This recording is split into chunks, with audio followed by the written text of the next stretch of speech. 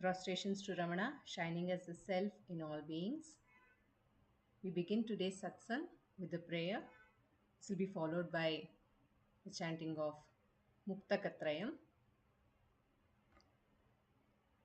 दक्षिणामूर्तिसारम्भाम् शङ्कराचार्यमध्यमाम् रमणाचार्यपर्यन्ताम् वन्दे गुरुपरम्पराम् वन्दे गुरुपरम्पराम् वन्दे गुरुपरम्पराम् शुक्लाम्बरधरं विष्णुं शशिवर्णं चतुर्भुजं प्रसन्नवदनं ध्यायेत् सर्वविघ्नोपशान्तये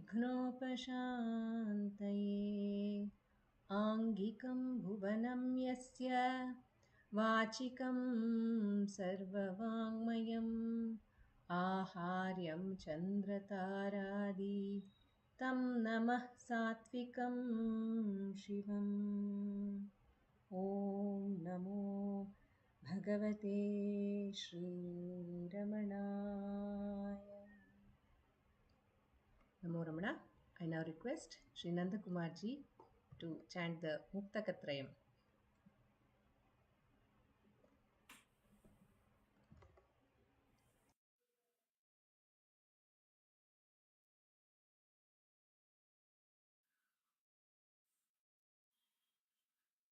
एकम् अक्षरम् हृदि निरन्तरम्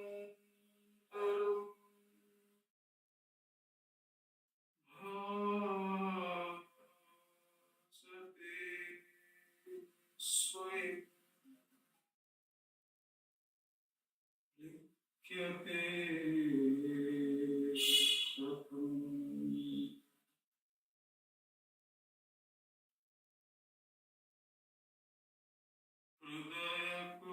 हृदयकुहरमध्ये केवलं ब्रह्ममात्रम् ह्यहम् इति साक्षात् आत्मरूपेण भाति हृदि विषमनसा स्वं चिन्वता मज्जता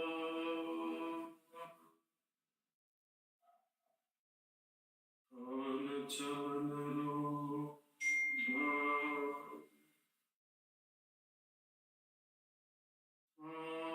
आत्मनिष्ठो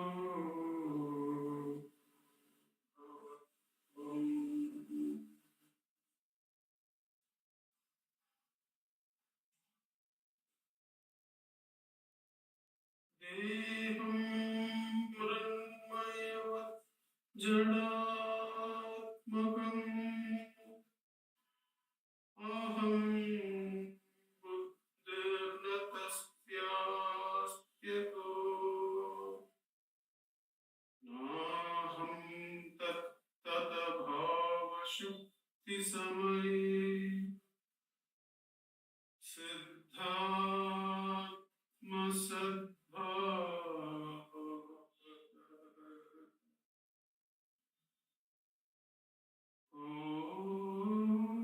ओहं भावयुक्तः कुतो परधिय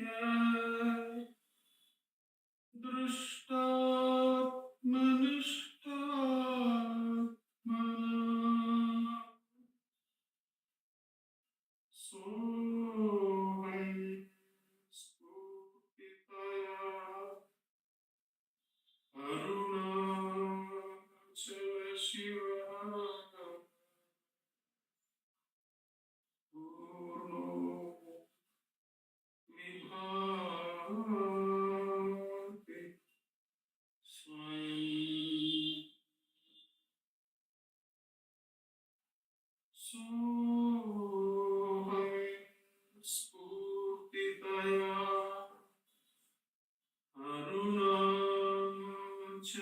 Shiva.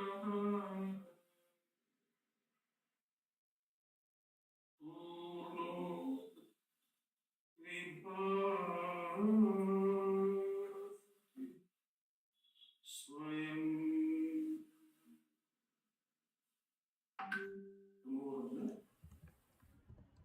Namo Ramana. We will now have the chanting of Upadesa Saram.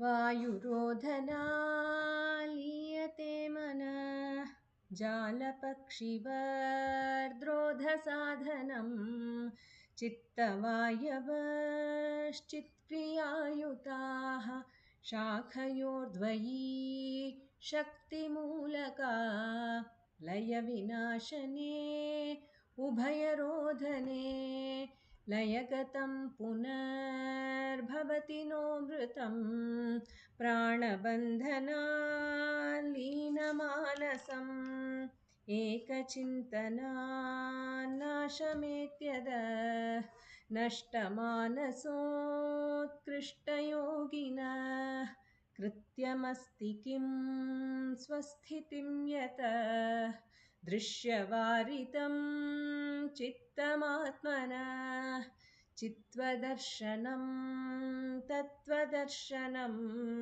मानसं तु किं मार्गणे कृते नैव मानसं मार्ग आर्जवात् वृत्तयस्त्वहं वृत्तिमाश्रिताः वृत्तयो मनो विद्यहं मनः अहमयं कुतो भवति चिन्वतः ऐपतत्यहं निजविचारणम् अहमिनाशभाज्यहमहं तया स्फुरति हृत्स्वयं परमपूर्णसत्.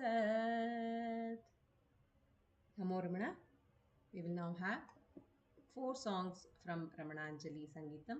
The first song will be sung by Srimati V. Radha.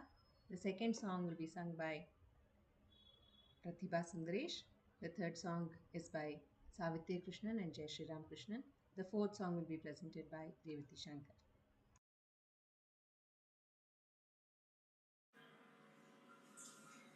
Namo Ramana to all. Today I have selected a song written by Dr. Sarada. The music is by Sri L. Krishnan.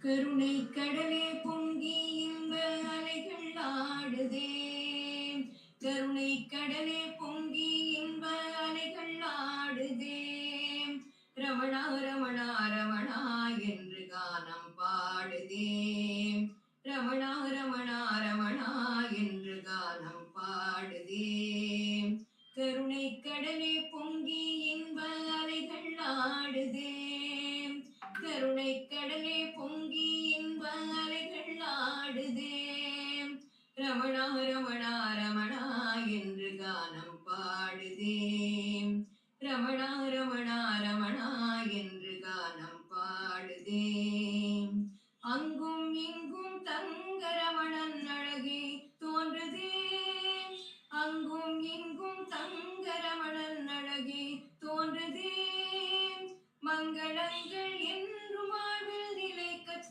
செய்யுதே மங்களங்கள் என்றும் வாழ்வில் நிலைக்கச் செய்யுதே ஜகமெல்லாம் அருளாலே மலர்கின்றதே ஜகமெல்லாம் அருளாலே மலர்கின்றதே எங்குமே பேரன்பின் மனம் வீசுதே எங்குமே பேரன்பின் மனம் வீசுதே கருணை கடலே பொங்கி இன்ப அலைகள் ஆடுதே கருணை கடலே பொங்கி இன்ப அலைகள் ஆடுதே ரமணா ரமணா ரமணா என்று கானம் பாடுதே ரமணா ரமணா ரமணா என்று கானம் பாடுதே அங்கும் இங்கும் தங்க ரமணன் அழகே தோன்றுதே மங்களங்கள் என்றும் வாழ்வில்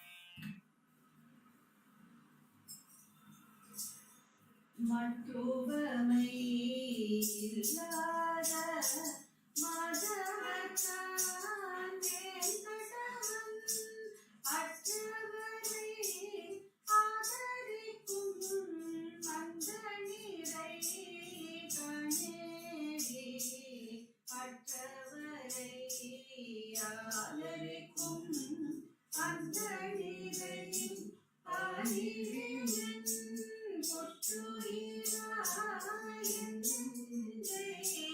கொண்டாடலோ அம்பலமே வம்பரமா பாடுநட வேங்கடவன் மோயம்புரை முகக்குமவன் மொட்டரியன் கணேடி மோயம்புரை மூவர்க்குமவன் மொட்டரியன் நாயிடனும் என்போரையும் தொண்டது எளியும் காதோ ஒன்றுணரா வேதை நீ ஒன்று வர வேங்கடமே மண்டரிய மாலையிட்டு மணந்தால்தான் என்னேடி மண்டரிய மாலையிட்டு மணந்தாலும் யாது பயன் தன் பெருமை சோதரியா தன்மயன் தான் ஜகதோ தன் பெருமை தன்மயன் தான் தன்மயன் தான் சகலோ மாதவத்தான் வேங்கடவன் மாதவத்தான் வேங்கடவன் மாதவத்தான் வேங்கடவன். ஓம் நமோ பகவதே Sri ரமணாய. Om Namo Bhagavate Sri Ramanaya. Bhagavan always worshipped Arunachala from when he was young itself. He had the spurana of Arunachala and he realized he knew that this Arunachala was the powerful one which was shining in his heart. And he says in this song, if you don't look at yourself, within yourself, and look at everywhere else for that power, what is the use?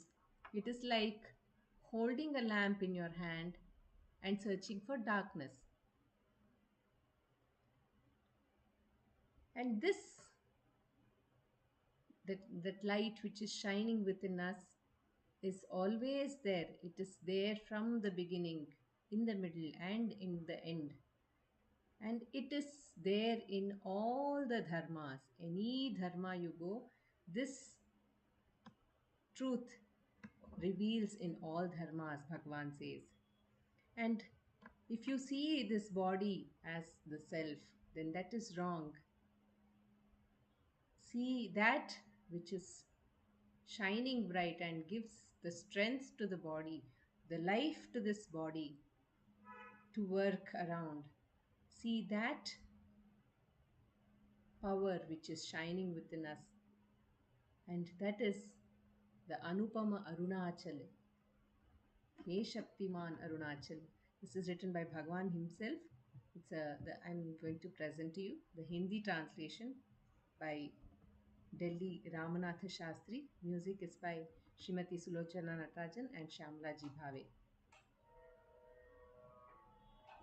हे शक्तिमान अरुणाचल, हे शक्तिमान अरुणाचल, हे शक्तिमान अरुणाचल, हे शक्तिमान अरुणाचल, अपनी ओर न देख अगर खोज रहे हो ईश्वर को, अपनी ओर न देख अगर खोज रहे हो ईश्वर को, लिए हाथ में दीप और ढूंढ रहे हो तुम तम को, लिए हाथ में दीप और ढूंढ रहे हो तुम तम को, हे शक्तिमान अरुणा शक्तिमान अरुणाचल, चिदानंद ये स्वरूप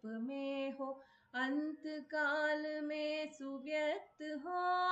चिदानंद ये स्वरूप में हो, अंत काल में सुव्यक्त हो। सब धर्मों में सब रूपों में सकल निखिल में तुम ही हो। सब धर्मों में सब रूपों में सकल निखिल में तुम ही हो। हे शक्तिमान अरुणाचल, हे शक्तिमान अरुणाचल, तुम्हें रूप में सच्चित के देख नहीं पाते हैं जो। तुम्हें रूप में सच्चित के देख नहीं पाते हैं जो। अनभिज्ञ निपट सूरज से अंधे जैसे मानो वो। अनभिज्ञ निपट सूरज से अंधे जैसे मानो वो। अनुपम अरुणाचल तुम हो, अनुपम अरुणाचल तुम हो। हे शक्तिमान अरुणाचल, हे शक्तिमान अरुणाचल, हे शक्तिमान अरुणाचल, हे शक्तिमान अरुणाचल, हे Shaktimaan Arunachal. Namo Ramana. We will now have reading and sharing from the book Ramana's Muruganar by Sri Nandakumarji.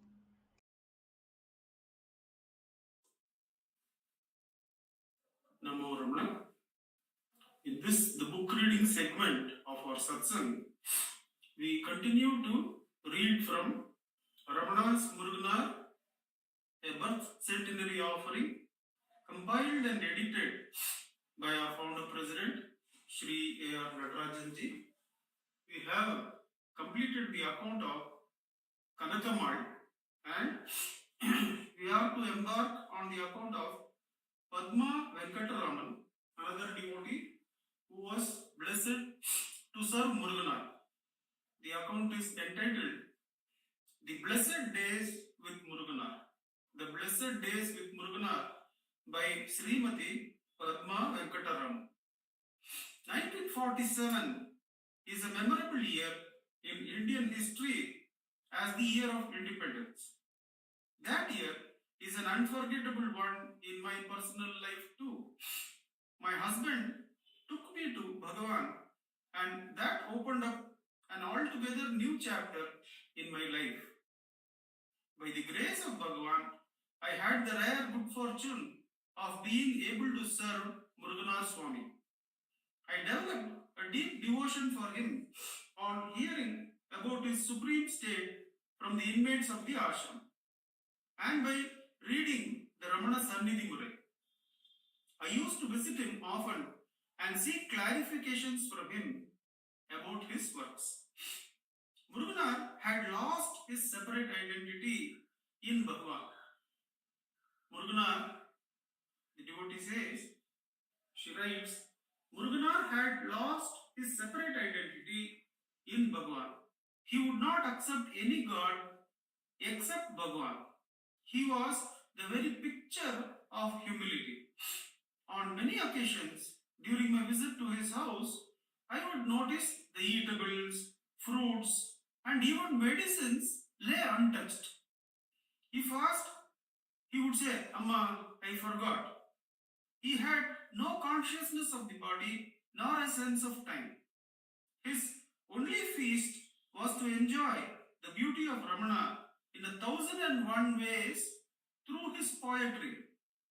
I used to pray to Bhagavan that I should have the opportunity to serve this unique sage. Soon I was blessed with such a chance. I would set the songs of Ramana Sannidhi Murai to music and sing before him. He would not tolerate any mistake and would advise that one should sing the words with clarity and perfection. While hearing the songs on Bhagwan, he would simply lose himself. Tears would flow involuntarily. He would give vent to his feelings by writing more poems in a continuous, unbroken chain.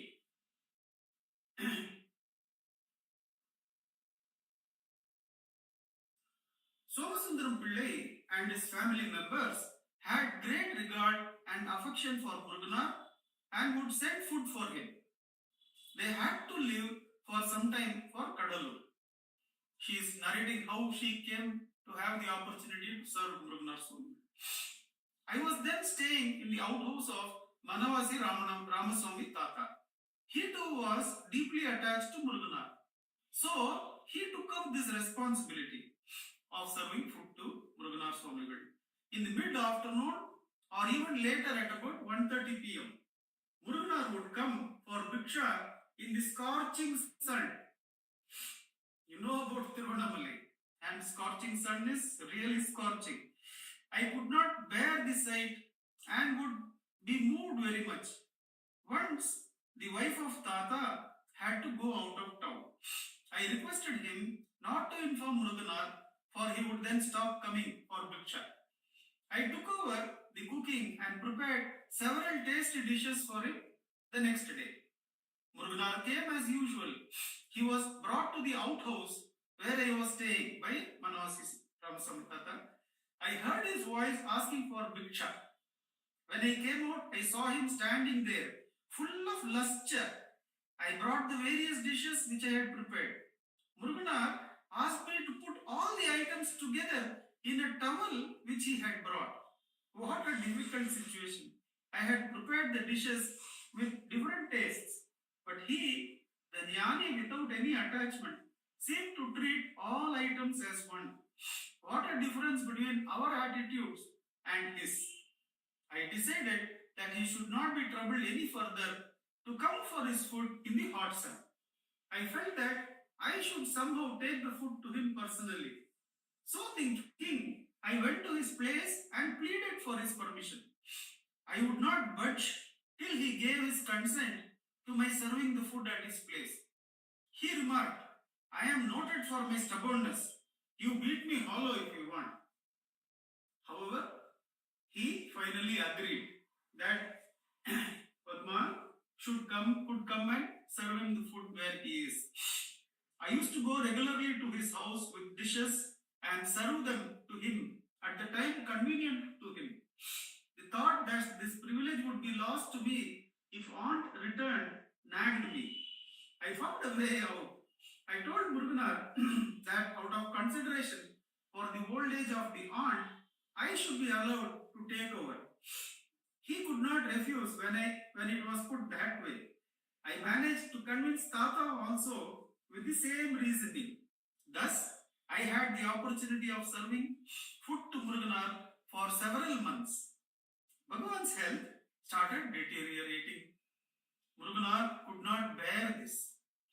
He would submit each day a song ending with the words, live for 100 years. Bhagavan too would scrutinize these verses. Muruganar asked me to sing it in front of the devotees in Bhagavan's presence at 6:30 in the evening regularly.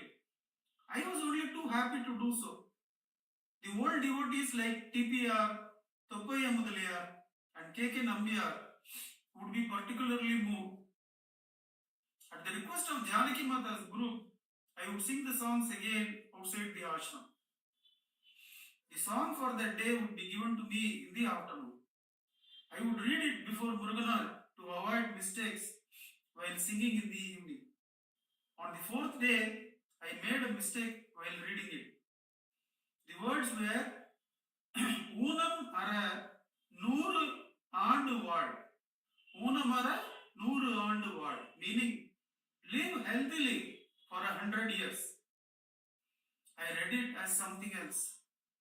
I do not recall the exact mistake I had made. Muruganar was irritated. He asked me, are you reading the song composed by me or have you written something yourself? Are you reading the song composed by me or have you written something yourself? I felt bad at making a vital mistake and left immediately after prostrating to him. However, that evening I sang the Venba without any mistake. After coming out, I asked Muruganar if my rendering was alright. Yes, it was fine, he said. I am sure it was only due to his grace. In one of the songs, he had referred to Bhagavan as Jnana Bhandara Nayaka. Jnana Bhandara Nayaka, custodian of the treasury of Jnana. I read it as Jnana Bhukisha Nayaka. Bhukisham was the word substituted by her for Bhandara. I read it as Bhukisham, also meaning treasury. Immediately Bhagavan noticed the mistake and inquired through the attendant Satyananda Swami if Muruganar had used these words. Bhagavan knew so perfectly Muruganar's style of writing. As Bhagavan's Mahasamadhi approached, he gave up all food and lived only on Ganji. That too was practically stopped towards the end.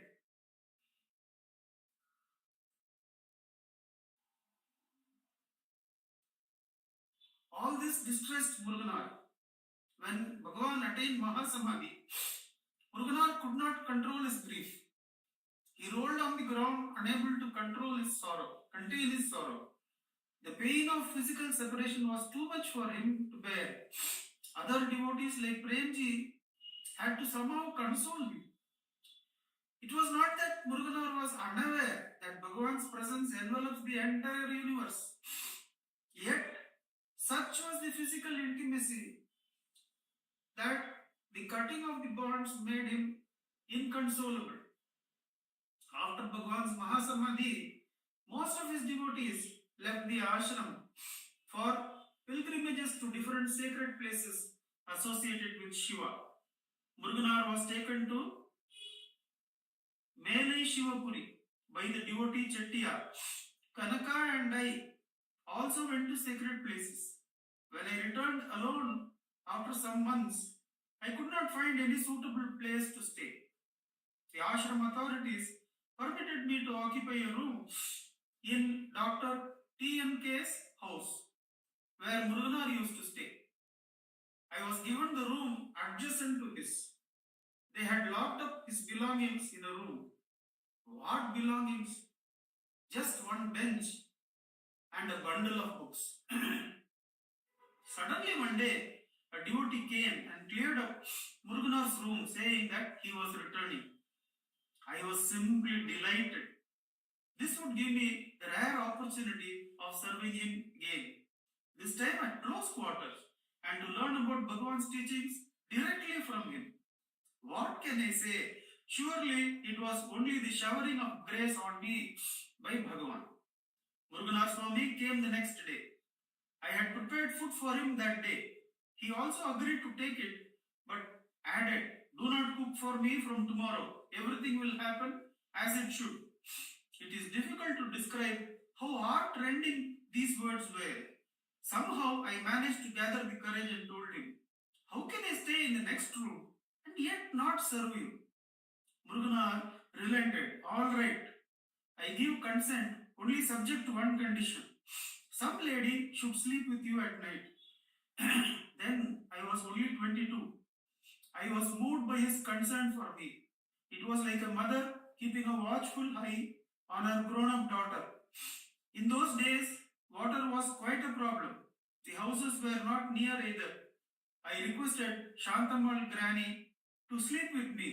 Fortunately, she said yes. On the days she could not come, I would close my room by 6:30 at night and go to her house. Once, she had absented herself without notice. I was also sick and did not wish to show it, lest the Swami should refuse permission for me to cook. I kept waiting, but Shantama did not come. I had no choice but to brave it in the dark. So I started, but hardly had I stepped forward a few steps, an old lady accosted me and asked, "Where is Dr. T.M.K.'s house?" I came to the ashram, but I was told that I could not stay after nightfall. Seeing that I could not walk a long distance, they suggested that I could sleep for the night in T&K's house. Even if I recall this incident now, as she is writing in 1970s, maybe not 1970s, during the time she wrote, whatever time it was, as I recall it even now, I am thrilled to the core at the thought of the invisible and constant protection of the Swami. The devotee sees how the Swami's blessings are with her, that she did not have to go all the way to the town in search of the granny's place, that somebody else, by her own circumstances, was looking for staying with her, and she could stay here itself and cook for her Guru, for her Swami the next day. Even if I recall this incident now, I am thrilled to the core at the thought of the invisible and constant protection of the Swami. Om Namo Bhagavate Shri Ramana. Namo Ramana.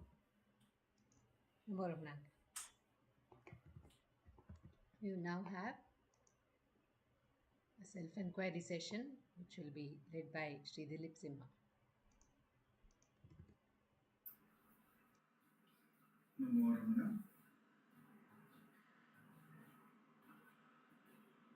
ध्यायेत् शारदचन्द्रसुन्दरमुखम्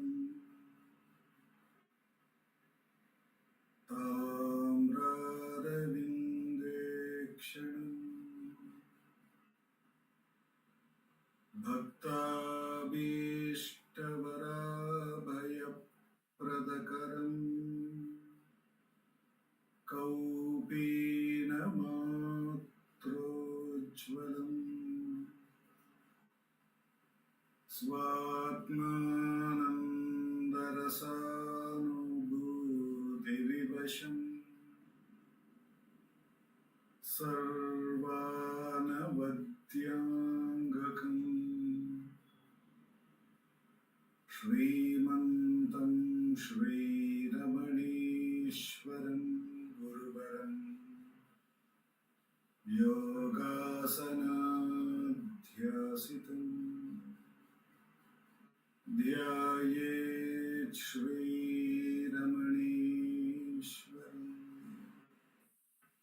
ध्यायेत् श्रीरमणीश्वरम्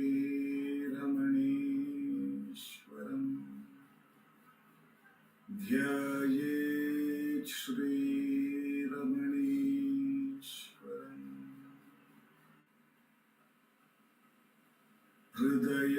हृदयकुहरमध्ये केवलं ब्रह्ममात्रम् यहमहमिति साक्षात् आत्मरूपेण भाति हृदि विषमनसा स्वं चिन्वतामच्युतवत् पवनचलनरोधा आत्मनिष्ठो भवत्वम्. Namo Ramana. We will commence the Atma Vicharam by listening to Bhagavan's Upadesham. I'll be reading his Upadesham from the book Guru Vachaka Kovai, from the chapter Meditation on the Truth, and the topic is the greatness of renunciation. Verse 836. What is it that remains as impossible to renounce, after all that can be renounced has been renounced? It is the harvest of the bliss, the surging flood, the reality of the self, shining in the heart, as that which cannot be renounced. I repeat the verse. What is it that remains as impossible to renounce, after all that can be renounced can be renounced? It is the harvest of bliss, the surging flood, the reality of the self, shining in the heart, as that which cannot be renounced. In the Gnana Vairagya Siddhyartham is the Prarthana. One, to know the self is one part.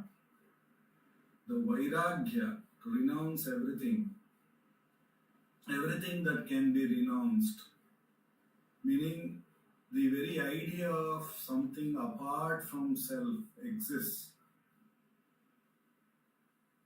There are people, there are things, there is knowledge, there is ignorance, and all of that duality.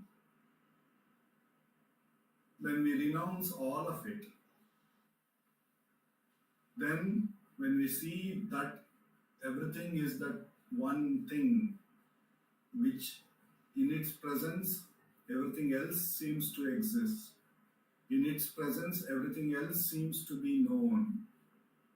And it alone cannot be renounced because it is the pure existence.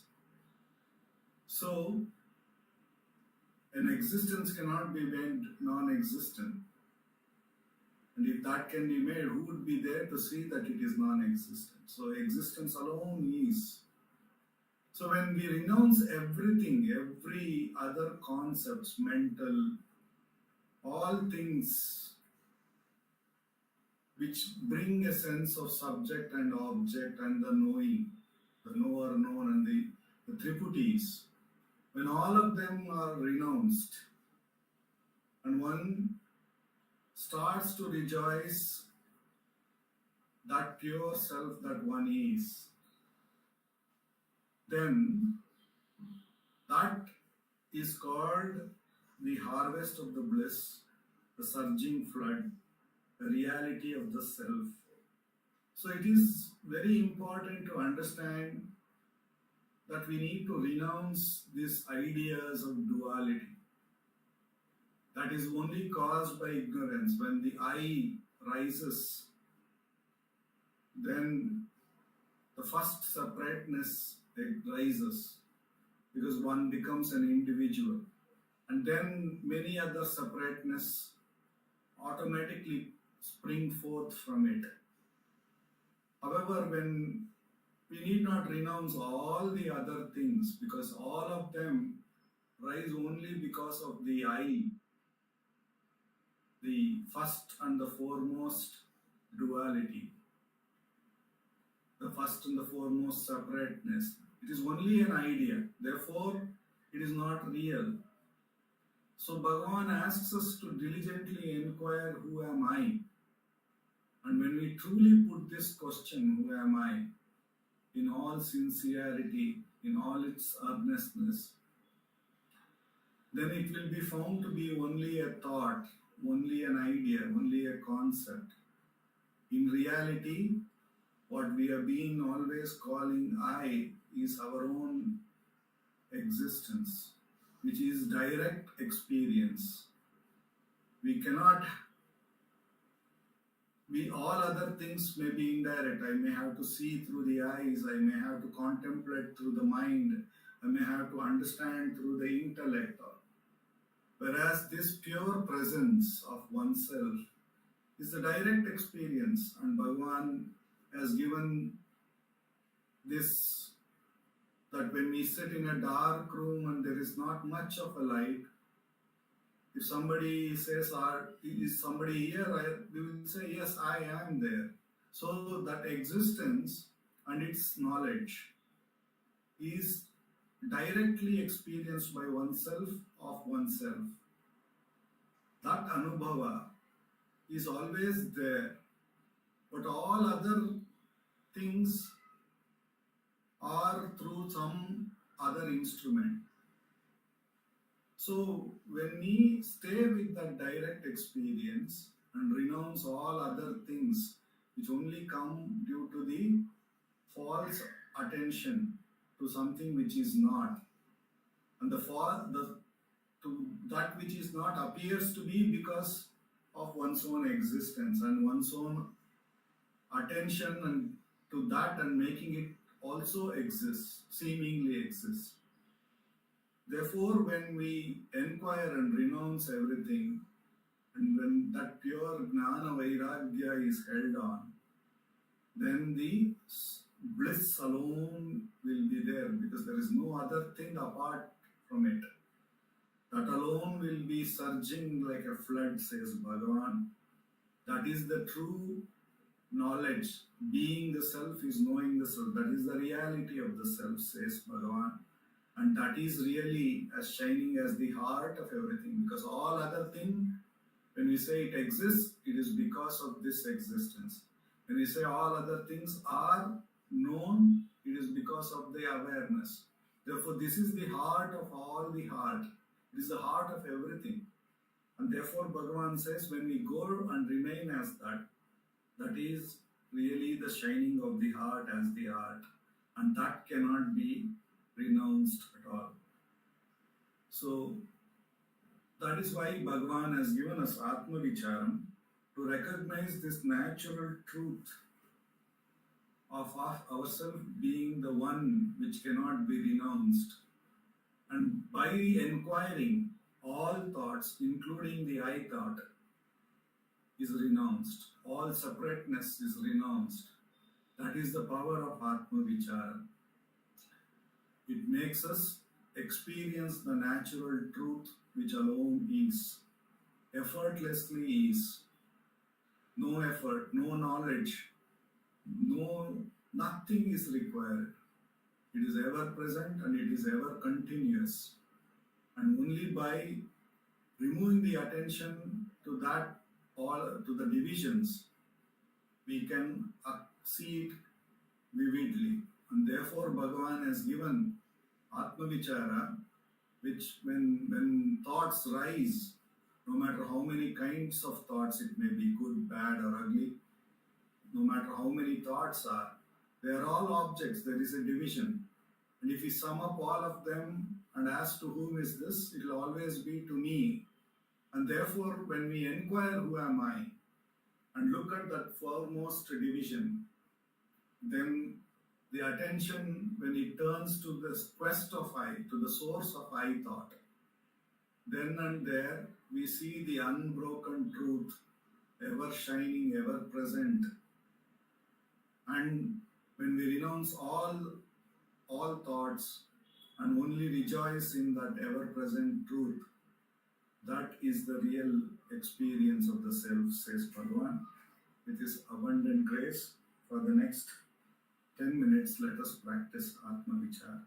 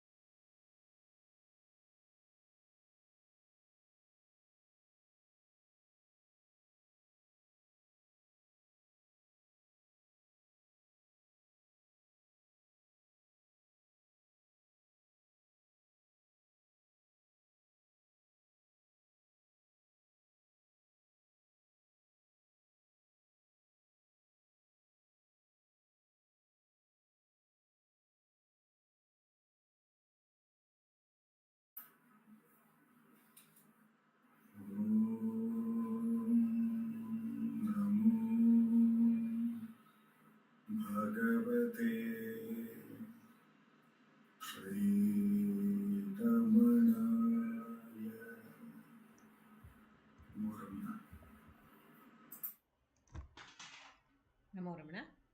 We will now have a sharing by Sri Venkatesh Deshpande ji on Atma Bodham. Namo Ramana.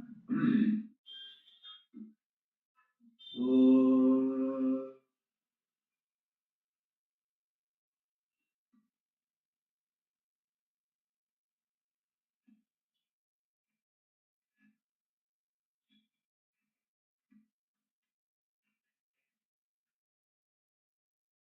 Om Sahana Bhavatu Sahano Bhunaktu Sahaviram Karvavahe Tejasvinavadhitamastu Ma Vidvishavahe.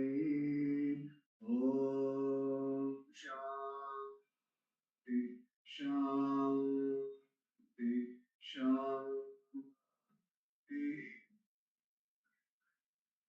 Guru Brahma, Guru Vishnu, Guru Devo Maheshwara, Guru Sakshat Parabrahma, Tasmai Shri Guruve Namah.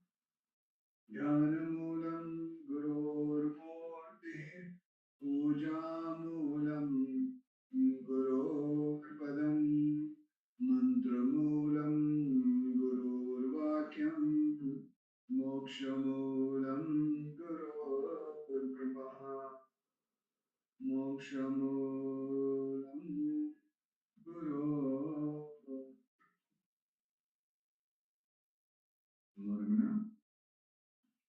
We're doing Manana and Atmabodha, and let's do a little recap of what we did in the last satsang. We are on verse number 31. Visible objects like the body, etc., are born out of ignorance and are evanescent, like bubbles. One should realize the immaculate Brahman, different from these, as I am Brahman. As long as your attention is on your physical body and its demands, you behave as a mere sensuous creature. When you withdraw your attention from your body and dwell more on your feelings and emotions, you become an emotional being. Okay, again by withdrawing your concentration from your body and mind and directing it to your intellect and its activities, you turn into an intellectual personality.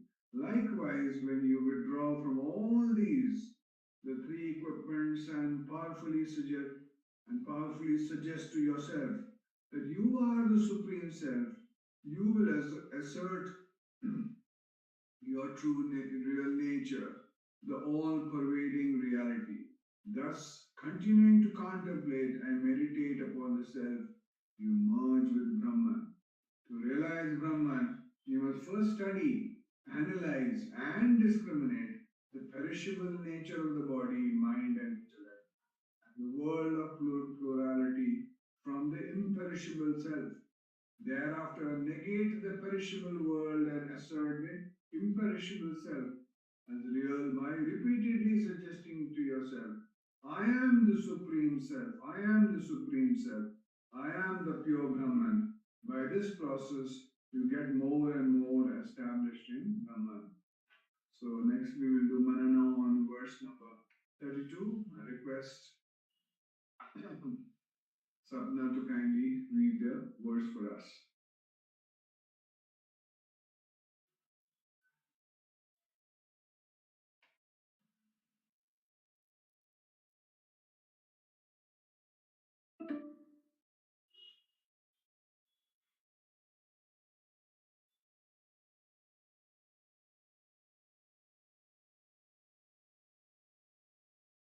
Yes, thank you.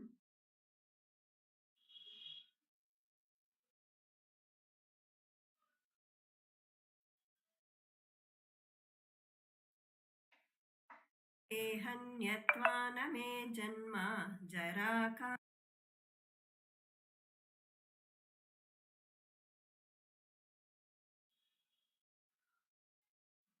देहन्यत्वा न मे जन्म जराका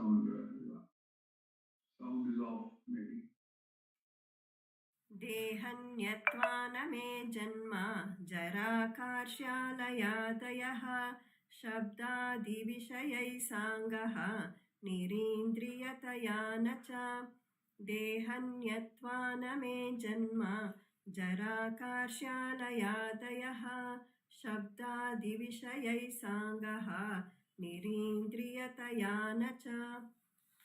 Thank you, sir. Thanks, Sapna. Thanks, Revathi. Being distinct from the body, I have no birth, old age, death, etc. Not having the sense organs, I am not attached to sense objects like sound, etc. In the previous verse, the Supreme Self is indicated as something different from the entire terrestrial realm of perishable objects. In this and the next verse, the 5 layers of the human personality are taken one by one and disowned as not the real self. So, the 5 layers of the human personality are taken one by one and disowned as not the real self. The food sheath, Annamaya Kosha, which consists of the body and the sense organs, is first negated. Atman is the enlivening factor which vitalizes the body and the sense organs. It is different from them and has none of their qualities. The physical body undergoes the 5 metamorphic changes. These changes pertain only to the body and not to the Atman. These changes could be like birth, growth, decay, death. These changes pertain only to the body and not to the Atman. Atman serves as the changeless substratum with reference to which alone these changes are possible. Hence, it is that Atman is often described in Vedanta as an anvil which a blacksmith uses for hammering out different forms and shapes of metal. The sense organs come in contact with the respective sense objects and thus and gain their experiences. Since Atman is separate from the body and the sense organs, it is not related to the sense objects of the world. Having thus negated the food sheath, the Annamaya Kosha, the other 4 material sheaths and their activities are next taken up. They are also disowned as being distinct and different from the pure self. So, what is the important thing that's being spoken about here is what makes this body work? If you really see, at night something is making this body work. We eat, but something is making it work. We put in the food, something makes the whole food digest itself. Something is generating the energy. Something is making the energy go through various parts of the body. How is it happening? It is because of the Atman. And all the time, what do? We are only looking at this body. When we see ourselves in the mirror, what do we see? We don't see the Atman. We see a physical form. And then we think, actually we are that. This is the problem with Annamaya Kosha because most of the other koshas are not visible. The Annamaya Kosha, because it's the outermost, it is visible, and because it is closely related to the 5 senses. 70% of the perception happens through the eyes, and the eyes are able to see this body easily. And then you have all the problems with this body, and whatever we do for keeping it fit, feeding it, bathing it, making clothing it with all sorts of clean clothes and all those things. Continuously, you're only thinking of the Annamaya Kosha. So it feels very, very real. But there is something behind this which is actually making this happen. As this body talks right now, if you see what is talking, the lips are moving, this tongue, nothing is there in this tongue. It's a piece of flesh and it is just moving about. And there's vocal cords, there are some little muscles and little cartilage which is down near the throat, which is moving up and down, and there's some noises coming out in the form of these words. How is it all happening? Because of the Atman, because of the Brahman. So Bhagavan says, importantly, we have to be with the unchanging. Don't be with the changing. Always be with the seer, never with the seen. More and more you practice self-enquiry, more and more you will be with the seer than the seen. Om Namo Bhagavate Sri Ramanaya. Namo Namo.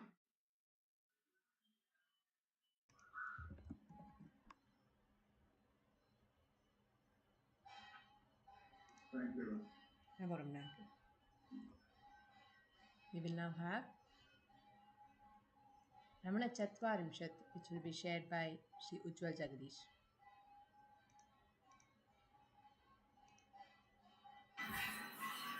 Om Namo Bhagavate Sri Ramanaya. We have been meditating on the verses of Ramanacentre written by Ganapati Muni and which have been compiled and given to us in this format of Ramanacentre by Ramana himself. And these verses are chanted every day in the Sannidhi of Ramaneshwara Mahalingam at Ramanashramam. And the same tradition is followed, and each of these 40 verses are sung in every morning satsangs conducted by Ramana and Kalarani. And we were meditating on the verses 33 and 34 of Ramanacentre, where Ganapati Muni sings, Ramanam Gurum Namami, Ramanam Gurum Namami, Ramanam Gurum Namami, Ramanam Gurum Namami, Tiviradina Kevalam Vachobhi Karunapanga Ilokitaishandrena Hridaye Pasaranti Martayantam Bhagavantam Ramanam Gurum Namami, Ramanam Gurum Namami, Ramanam Gurum Namami, Bhavajalamidhim Gaham Gaham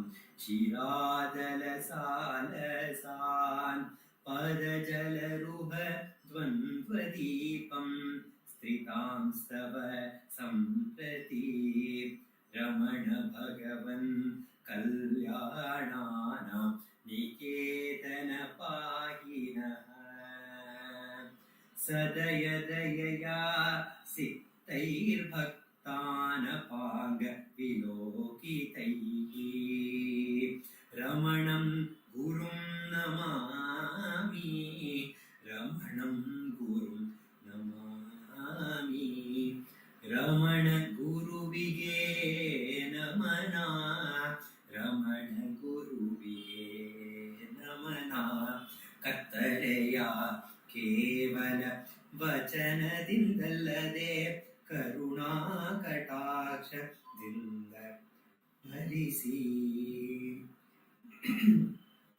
ಕತ್ತಲೆಯ ಕೇವಲ ವಚನದಿಂದಲ್ಲದೆ ಕರುಣಾ ಕಟಾಕ್ಷದಿಂದ ಹರಿಸಿ ನರರ ಹೃದಯವ ಬೆಳಗುವ ಶ್ರೀತ ಭಗವಾನ್ ರಮಣ ಗುರುವಿಗೆ ನಮನ ನರರ ಹೃದಯವ ಬೆಳಗಿವ ಶ್ರೀ ಭಗವಾನ್ ರಮಣ ಗುರುವಿಗೆ ನಮನ ರಮಣ ಗುರುವಿಗೆ ನಮನ ರಮಣ ಗುರುವಿಗೆ ನಮನ ಭವಜಲದಿಯಲ್ಲಿ ಚಿರಕಾಲದಿಂದ ಮುಳುಗಿ ದಣಿದಿಹೆವು ನಿನ್ನ ಪದ ಜಲಜವೇ ದ್ವೀಪವೆರಡು ಆಶ್ರಯಿಸಿ ಈಗ ಬಂದೆವು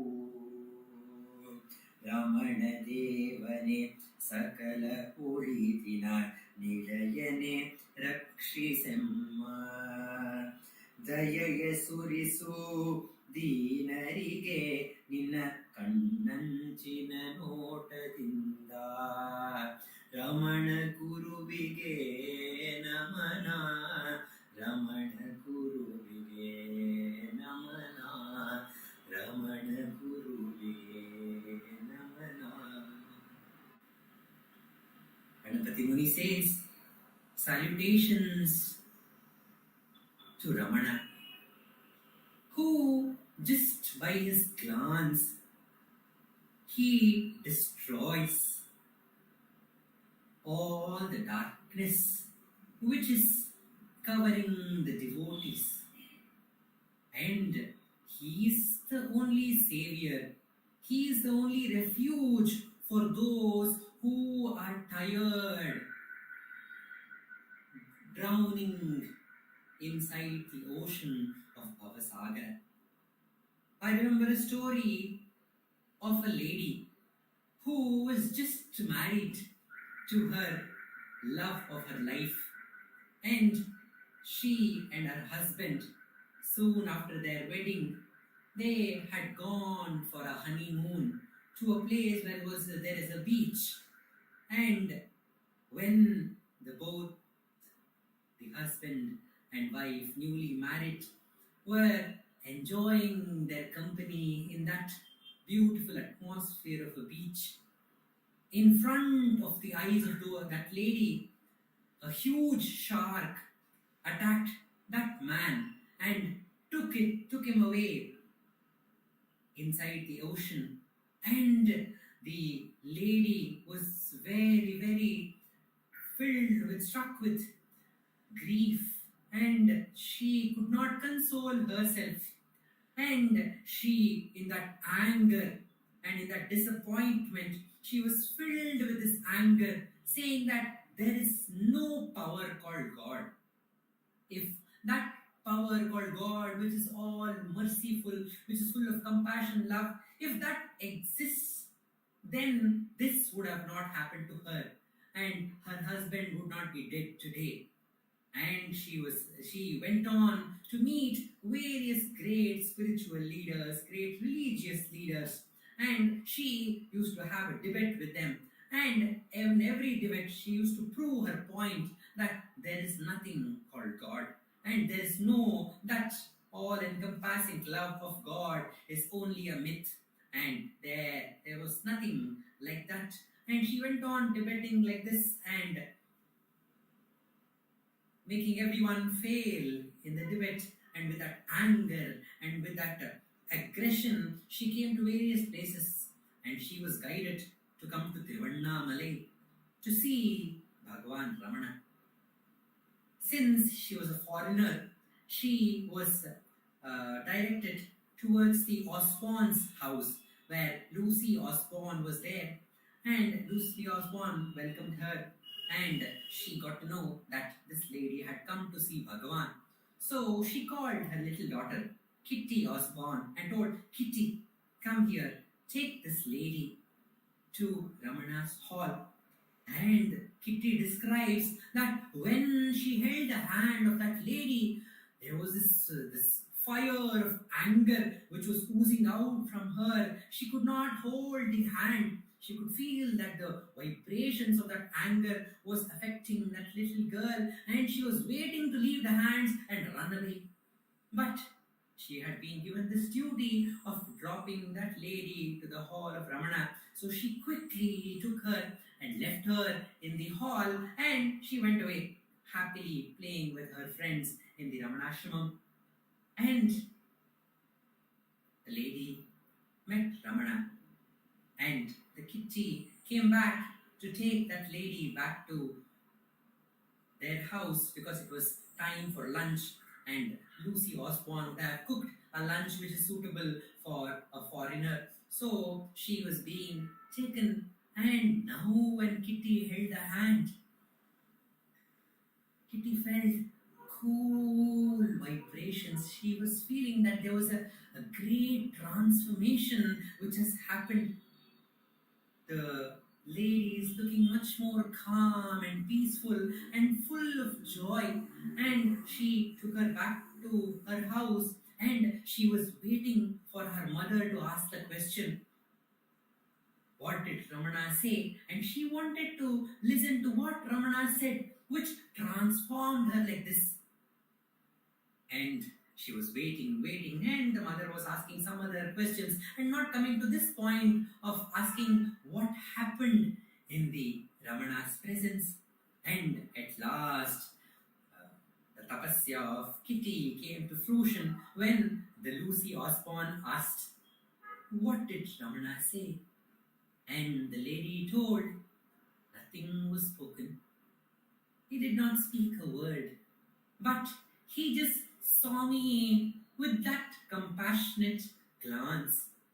And that glance, which was full of love, transformed my life. And it made me understand this is what is the love of the Supreme. We may not understand what is the big picture of that Supreme, and he has a plan because he is the director, and he is the director, and our story of life unfolds according to his direction, and we should surrender to his plan. So this is what that lady understood, and this is what is that the compassionate glance of Ramana transforming power. And Ramana's glance is available to each one of us. And each one of us are filled with this darkness of ignorance. And this darkness of ignorance makes us worry. We are worried what is going to happen in the future. Why did this happen? Why this had to happen? Why this did not happen? So we are filled with this uncertainties, which is darkness. And when one sees the beautiful smile of Bhagavan Ramana and his penetrating glance, one is assured that he is taking care. He knows the big picture, and he is going to take care. This Upadesha from him, from his silent Upadesha, from his eyes, his glance, makes us get back to our own true nature, which is peace. And the day is not very far when this darkness of vasanas are also by the compassionate glance of Ramana, which is not different from the enquiry, who am I? When we question, who am I? These vasanas which are accumulated within us and creating the darkness within us, which is covering the light of the self from us. When this question is asked, these vasanas manifest as thoughts. And when we ask the same question, for whom is this thought? It is for me, and who am I is asked, and this question is held. All the vasanas which are manifesting as thoughts get destroyed. And in the end, this very question, who am I, dissolves in its source, and we experience the light of self, which is nothing but our own true nature, which is the heart of every being, including us, the human beings. So Ramana has come to reveal this light. And for those who are tired, drowning again and again in this ocean of samsara, Bhava Jaladi, Ramana is the refuge. We have heard of stories where Ramana was giving Upadesha to a few monkeys. Monkeys had lost one of their members, the leaders, and they were wondering, they had come to Bhagavan to reveal this news and to mourn.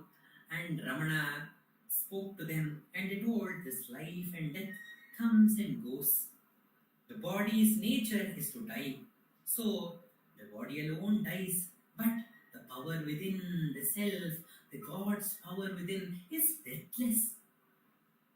And that Upadesha was being given by Bhagavan to a group of monkeys. And one of the devotees asked, Bhagavan, What will these monkeys understand? This high philosophy of understanding that the body dies and the self alone is. And Ramana told, the same Upadesha, I give it to all of you. Some of you understand and you hold on to that. You hold on to that Upadesha that the body is ever changing, the body dies. But we are not the body, we are the self. You hold on to that Upadesha. Some hold on to that Upadesha. So, some monkeys who are ripe enough to understand this will hold on to this Upadesha. And that Upadesha alone is the refuge. If you consider you are this body is changing constantly. You are, every moment you have a thought, you are this body, you have got a new Janma. And this, I am that, I want this, I want that. So we are having many Janmas every moment. And those who have understood that there is no joy in being this and that. The joy is only to be. When this Upadesha of Bhagavan is held, then one is in peace. And that Upadesha alone, holding on to that, which is eternal, which is always there, which is unchanging, is alone the way to eternal happiness. To Devraj Mudaliyar, who asked Bhagavan, I understand now that all these big decisions in my life, the what job I will take, whom I will marry, what children I will have, all these things are destined, which is destined by the Supreme. But he is holding a hand fan in his hand. So keeping this fan down on the floor, is it also destined? Ramana says, yes, even that is destined. And Devraj Mudaliyar says, if everything, every little movement is already destined, what is the free will that we have? And Ramana gave him the Upadesha, everything else outside is destined. But the only free will is that you can turn within and hold on to the self. That is the only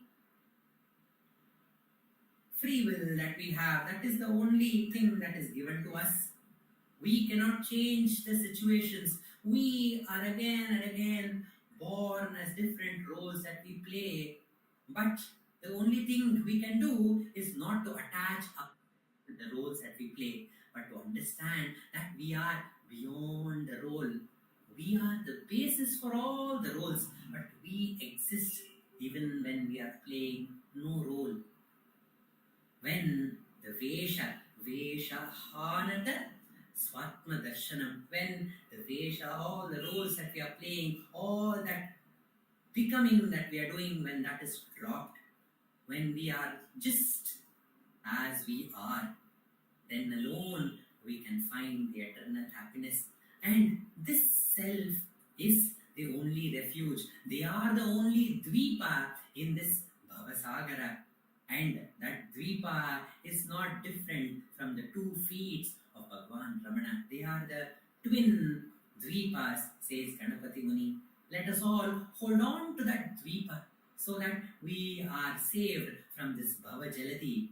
And at his divine time, all the darkness is removed by his grace and we experience the light of Ramana in our hearts.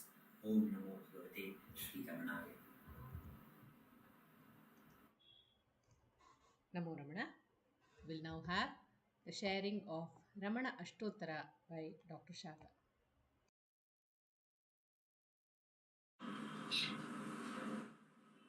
Om Namo Bhagavate Shri Ramanaya. Namo Ramana. Prostrations to Ramana, shining as a self in all beings. By the immense grace of the self, manifest as Ramana, we in this part of the satsang are meditating on the Ramana Ashtottara Shatanamavali composed by Vishwanatha Swami, which also in this litany of 108 names, Vishwanatha Swami is also covering the biography of Bhagavan, giving us glimpses of the biography of Bhagavan. And so we are able to meditate on Bhagavan's biography, on his life. And as another devotee, Sri Venkateshwara Rao had said, Ramana Charita Chintana Nasha Bhavata Bandhana. The bonds of the ocean of samsara, which Ujwal was referring to, Bhava Jalanidhim, that Bhava, that Bhava is actually bondage, and that bondage is severed by meditating on the life of Bhagavan Ramana. So here we are meditating on the Nama Om Virupaksha Guhavasine Namaha, one who's staying in the Virupaksha Guha. And that covers actually a large period of Bhagavan's life. So many things happened because Bhagavan was there in the Virupaksha Guha for 16 years, from 1901 to 1900 to 1916, somewhere in the middle of 1916, when Mother Aragama came to stay with him permanently. Then Bhagavan moved after some time at the behest of Kandaswamy to Skandashramam. So Bhagavan was there for these 16 years, and initially he was not speaking. He was a silent sage. He was known as the Brahmana Swami in those years, and he was there in Virupaksha Guha. And we also know that in those years there came a photographer to do some government work, government photographer. 1901, he came and took a photograph of Bhagavan. We have that beautiful photograph of the young Bhagavan, 21 years old, but he looks barely 16 years old at that time. And we can see even in that photograph, to some extent, his nails are a little long, and one can imagine how he may have looked at Pavadakundra based on this. But here, of course, his hair is not matted, his hair is well kept, and he is seated there. But even that first photograph of Bhagavan can give us that feel of what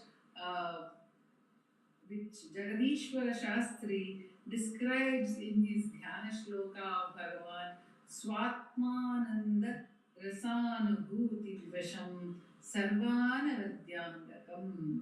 That entire, the body is so beautiful. That is why all those seekers of truth must have got automatically drawn to Bhagavan. Even when he was in the Patala Lingam or Gurumurtam, we can see how everyone was drawn to this young sage. And then we have the seekers of truth coming to him. We have first Gambhiram Sheshaya coming to Bhagavan. This was 1900.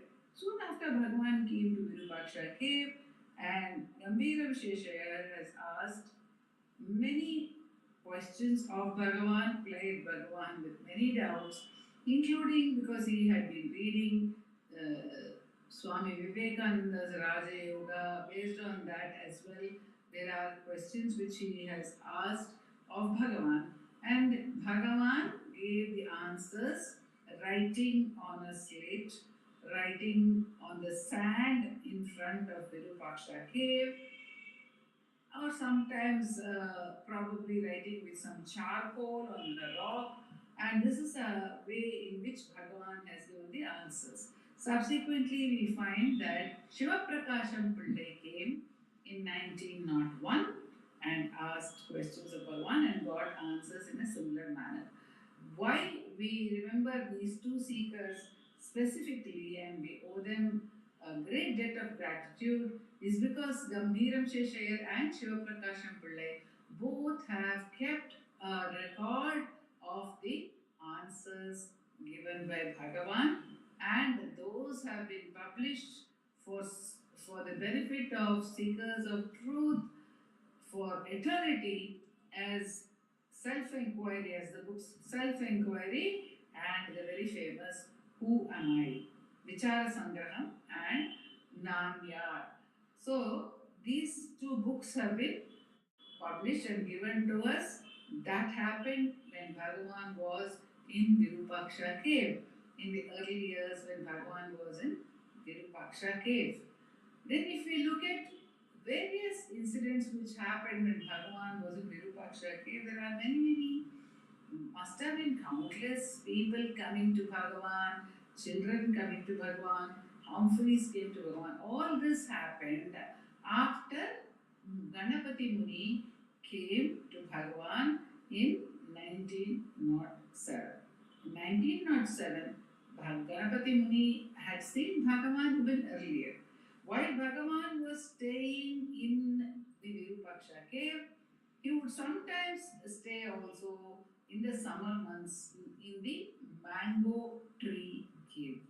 And that is called the Maamarat Guhai, and that is near the tank on the hill, which is called the Mulaipal Tirtham. That's the only big water source on the hill. There's a tank on the hill, and there is also a well in the almost the center of the tank, which has water even when the tank waters dry up in summer. So this Mulaipal means the breast milk. This is the waters of the Mulaipal Tirtham must have been very delicious indeed. And the water itself is like ambrosia on the hill where there is drought ever so often. So that near that in the mango tree cave also, Muni has seen Bhagavan, and he has seen him in the ashram of one Ishwara Swami, which was also nearby. And at that time, Bhagavan was not speaking, and Muni looked at this Swami, he saw him sitting there. And the Ishwara Swami asked Ganapati Muni, say something, O Muni. Muni was, of course, famed even then for his fluency in speaking about Vedas and Vedanta. So he was asked to speak something, and what should I speak about? Muni said, why don't you explain the very famous verse, Shuklam Baradharam Vishnu? He was asked. Then Muni began to explain that verse. And as he was explaining that verse, he said, this verse, although it is normally associated with a prayer to Ganapati, can be applied to any of the gods and also to great sages. Like this Swami who is sitting over here. So he pointed out to Bhagavan and said, this verse can also be applied to this Swami. So it was a wonder, how can this verse be applied to Bhagavan? And the Muni explained, saying that Shukla Ambara Dharam, one who is wearing a white cloth, one who is adorned by a white cloth. In the Ashtottara, later, much later in the Ashtottara, we get the epithet Shubhra Kaupina Rasanaya Namaha. So he is one adorned with white, wearing a white garment. So Shukla Ambaradharam Vishnu. The word Vishnu means one who is all pervading. So Ramana is all pervading. This person who is abiding in the self is verily the self. That is what the Shastra says. We have heard Subrai Sharma ji telling us many times. The knower of Brahman is verily Brahman. One who abides in the self is verily the self, because there is nothing apart from the self. He is the self. And that is all pervading Vishnu, Shashi Varnam, one whose complexion is very pleasant to see. Like the moon. The moon is so pleasant for us to see. It is cool, it is pleasant.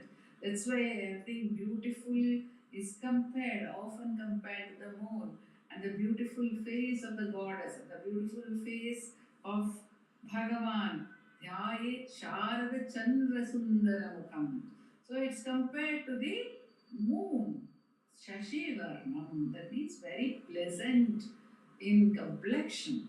It is a wonder to behold him. Chaturbhujam, Prasannavadanam, Dhyayet, I meditate on him. Sarva Vignopashantaye, to remove all the obstacles, I meditate on him. Prasannavadanam, actually the word Prasannavadana has two meanings. The Prasanna means, of course, one who is smiling. Again, one whose face is lit up with joy. But the word Prasanna also means elephant, and that is why Prasannavadanam Dhyayet means it's a prayer to Lord Ganapati. Here we can say one whose face is lit up with a smile. We saw in an earlier epithet in Ashtottara, Chandrikasita Hasas Shri Manditanana Mandalaya Namaha. So there is this sweet smile of Bhagavan which was described by Vishwanatha Swami in the earlier epithet as well. So Muni says Prasanna Vadanam. But how is he Chaturbhuja? How can he be said to have four arms? The literal meaning of the epithet Chaturbhuja means four arms. One who has four shoulders, meaning four arms. Usually the gods are depicted as having four arms. Subramanya is depicted as having 12 arms, 6 faces and 12 arms. But it may be Shiva or Mahavishnu or Ganapati, all of them are depicted as having 4 arms. So Chaturbhuja. But where does this Swami have Chaturbhuja? So Ganapati Muni said, Bhuja in Sanskrit, yes, it means the shoulders, but Bhuja also means to eat, from which bhuk, bhojana, the word bhojana has come from bhuja, to eat. So Chaturbhuja is one who has eaten the 4. What are the 4 which he has eaten or swallowed up and completely digested? They are Mano, Buddhi, Chitta, Ahankara. In Vedanta, the Ahankara itself is divided into these 4. Adi Shankara, in this Nirvana Shatkam, he starts like that. Mano, Buddhi, Ahankara, Chittani, Naham. I am not the Mano, Buddhi, Ahankara and the Chitta. So he has swallowed all these 4. He is Chaturbhuja. So Muni described him as the one befitting this shloka. At that time, Muni had seen Bhagavan, but he did not see him with the eyes of a disciple seeing his Guru. He just saw him as a great sage. And then he continued to stay in Tiruvannamalai. He continued to do his tapas in Tiruvannamalai until 1907, when the real epoch-making meeting between Bhagavan and Muni took place. And that, Muni sweetly says, changed the history, or it changed both our lives, he says sweetly. Muni has a way of saying that it changed his own life, of course, became completely transformed, but Bhagavan's life also changed after Ganapati Muni surrendered to him, because Bhagavan gave the first spoken Upadesha to Muni, and thereafter a new chapter began in the spiritual ministration given by Bhagavan. all these things happened and Bhagavan was staying in Virupaksha cave. These and many more which we can dwell on, we will have the joy on dwelling on in the subsequent satsangs. Om Namo Bhagavate Shri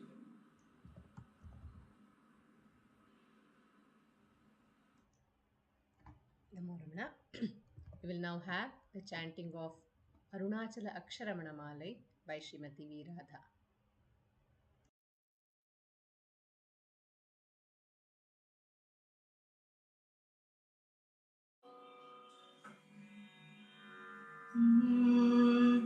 Arunachala Shiva, Arunachala Shiva, Arunachala Shiva, Arunachala. Arunachala Shiva, Arunachala Shiva, Arunachala Shiva, Arunachala. தெய்வம் என்றுன்னை சாரவே என்னை சேர ஒழித்தாய் அருணாச்சலா. தேடாதுற்றன திருவருளிதியகதியகம் தீர்த்தருளருணாச்சலா. தைரியமோடும் மெய்யக நாடயன் தட்டழிந்தேனருளருணாச்சலா. தொட்டருள் கைமை கட்டிடாய நிலிய நட்டமாவேனருளருணாச்சலா. தோடமில் நீயாக தோடொன்று என்றும் சந்தோடம் ஒன்றிட அருளருணாச்சலா. நகைக்கிடவில்லை நின் நாடிய எனை அருணகையிட்டு பாடி அருணாச்சலா. நாடிடை நாடிட நானாயொன்று நீ தாணுவனின்றனை அருணாச்சலா. மின்னெறி எரித்தனை நீராக்கிடும் முன் இன்னருமழை பொழி அருணாச்சலா. நீரானர புரிதங்கடி மயமானின்றிட நிலையருளருணாச்சலா. நுண்ணொரு உன்னையான் விண்ணொரு அன்னிட எண்ணரையிரும் என்றருணாச்சலா. நூலறிவறியா பேதையன் என்றன் மாலறி வருத்தருளருணாச்சலா. நெக்கு நெக்குருவியன் புக்கிர உன்னை புகனக்கன நின்றனை அருணாச்சலா. நேசமில் எனக்கு முன் ஆசையை காட்டி நீ மோசம் செய்யாதருளருணாச்சலா. அருணாச்சல சிவ, அருணாச்சல சிவ, அருணாச்சல சிவ, அருணாச்சலா. அருணாச்சல சிவ, அருணாச்சல சிவ, அருணாச்சல சிவ, அருணாச்சலா. அருணாச்சல சிவ, அருணாச்சல சிவ, அருணாச்சல சிவ, அருணாச்சலா. அருணாச்சல சிவ, அருணாச்சல சிவ, அருணாச்சல சிவ, அருணாச்சலா. அருணாச்சல சிவ, அருணாச்சல சிவ, அருணாச்சல சிவ, அருணாச்சலா. அருணாச்சல சிவ, அருணாச்சலா. அருணாச்சல சிவ, அருணாச்சலா. அருணாச்சலம் வாழி அன்பர்களும் வாழி. அக்ஷரமணமாலை வாழி. நமோ Ramana. Namo Ramana. We conclude today's satsang with the Ashtottara puja to Bhagavan. The Ashtottara puja will be performed by Dileep Simha at his altar. The Ashtottara chanting will be done by Vaibhavji, Prarthana and Revathi. We conclude today's satsang with the Arati to Bhagavan. Om Namo Bhagavate Shri Ramanaya. नमो रमण. भारद्वाज विश्वनाथ विरचितं श्रीरमणाष्टोत्तर शतनामावलिः अपार सच्चित् सुखवारिराशे यस्योर्विमात्रं भुवनं समस्तं गुहाहितं तं भ्रमणं गभीरं चिन्ताविहीनं हृदि चिन्तयामि. ॐ महासेन महंसेन जाताय नमः. ॐ श्रीरमणाय नमः. ॐ गुरवे नमः. ॐ अखण्डसंविदाकाराय नमः. ॐ महौजसे नमः. ॐ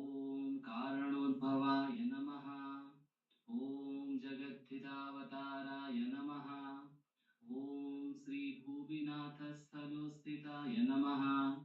ॐ पराशरकुलोत्तंसाय नमः। ॐ सुन्दरार्यतपःफलाय नमः। ॐ कमनीयसुचारित्राय नमः। ॐ सहायाम्बा सहायवते नमः। ॐ शोणाचलमहोलीनमानसाय नमः। ॐ स्वर्णहस्तकाय नमः। ॐ श्रीमद्द्वादशान्तमहास्थले लब्धविद्योदयाय नमः। ॐ महाशक्तिनिपातेन प्रबुद्धाय नमः। ॐ परमार्थविदे नमः। ॐ तीव्राय नमः। ॐ पितृपदान्वेषिणे नमः। ॐ इन्दुमौलिना पितृमते नमः। ॐ पितुरादेशतः शोणशैलं प्राप्ताय नमः। ॐ तपोमयाय नमः। ॐ उदासीनाय नमः। ॐ महायोगिने नमः। ॐ महोत्साहाय नमः। ॐ कुशाग्रदिये नमः। ॐ शान्तसङ्कल्पसंरम्भाय नमः। ॐ सुसन्दृशे नमः। ॐ सवित्रे नमः। ॐ स्थिराय नमः। ॐ तपक्षपितसर्वाङ्गाय नमः। ॐ पुल्लाम्बुजविलोचनाय नमः। ॐ चन्द्रिकासितहासश्रीमण्डिताननमण्डलाय नमः। ॐ चूतवाट्यां समासीनाय नमः। ॐ चूर्णिताखिलविभ्रमाय नमः। ॐ वेदवेदान्ततत्त्वज्ञाय नमः। ॐ चिन्मुद्रिणे नमः। ॐ त्रिगुणातिगाय नमः। ॐ विरूपाक्षगुहावासाय नमः। ॐ विराजतचलाकृतये नमः। ॐ उद्दीप्तनयनाय नमः। ॐ पूर्णाय नमः। ॐ रचिताचलताण्डवाय नमः। ॐ गम्भीराय नमः। ॐ परमाचार्याय नमः। ॐ सुप्रसन्नाय नमः। ॐ अभयप्रदाय नमः। ॐ दक्षिणास्य निभाय नमः। ॐ धीराय नमः। ॐ दक्षिणाभिमुखाय नमः। ॐ स्वराजे नमः। ॐ महर्षये नमः। ॐ भगवते नमः। ॐ ईड्याय नमः। ॐ भूमविद्याविशारदाय नमः। ॐ विमलाय नमः। ॐ दीर्घदर्शिने नमः। ॐ आप्ताय नमः। ॐ ऋजुमार्गप्रदर्शकाय नमः। ॐ समदृशे नमः। ॐ सत्यदृशे नमः। ॐ सत्याय नमः। ॐ प्रशान्ताय नमः। ॐ अमितविक्रमाय नमः। ॐ सुकुमाराय नमः। ॐ सदानन्दाय नमः। ॐ मृदुभाषिणे नमः। ॐ दयार्णवाय नमः। ॐ श्रीशोणाचलहृद्भूतस्कन्दाश्रमनिकेतनाय नमः। ॐ सद्दर्शनोपदेष्ट्रे नमः। ॐ सद्भक्तवृन्दपरिवृताय नमः। ॐ गणेशमुनिभृङ्गेन सेविताङ्घ्रिसरोरुहाय नमः। ॐ गीतोपदेशसारादिग्रन्थसञ्छिन्नसंशयाय नमः। ॐ वर्णाश्रममतातीताय नमः। ॐ रसज्ञाय नमः। ॐ सौम्याय नमः।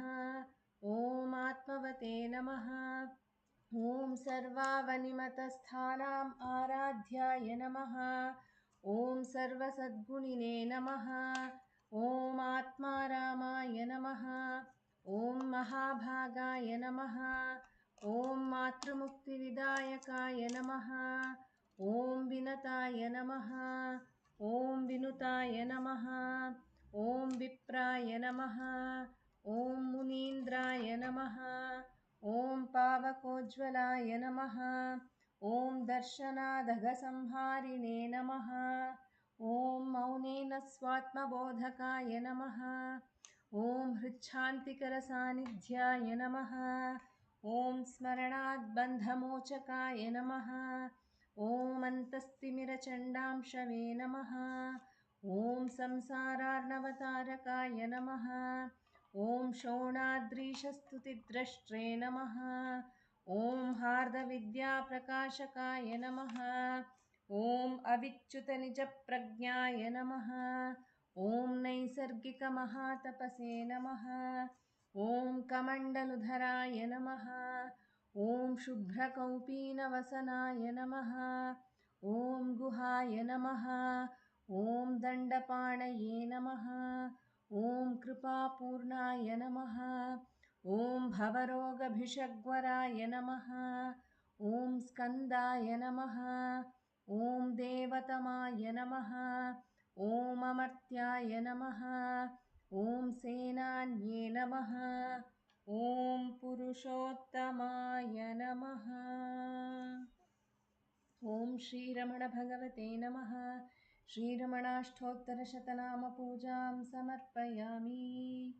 यस्थाणोररुणाचलस्य पदयोः स्मृत्या जनिं प्राप्य तद् दिव्यानुग्रहसुप्रवाहविवशस्तादात्म्यभावं गतः हृन्निष्ठस्वगभीरनित्यतपसा लोकान् पुनास्येकराट् तस्मै श्रीरमणाय ते नम इदं लोकोत्तरज्योतिषे।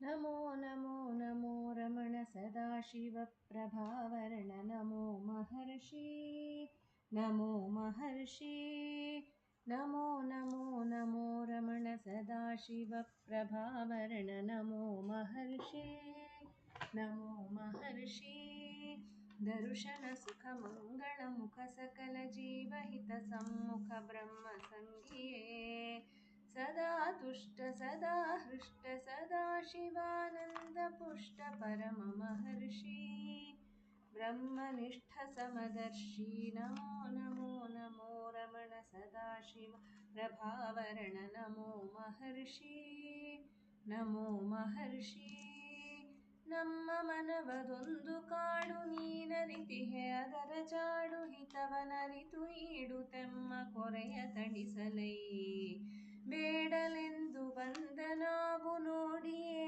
ತಣಿವೆವಯ್ಯ ಮೋಡಿಗಾರನೇ ಹಿತವ ನುಡಿದು ಪೊರೆ ನಮ್ಮನು ಬ್ರಹ್ಮ ಸಂಘಿಯೇ ನಮೋ ನಮೋ ನಮೋ ರಮಣ ಸದಾಶಿವ ಪ್ರಭಾವರಣ ನಮೋ ಮಹರ್ಷಿ ನಮೋ ಮಹರ್ಷಿ।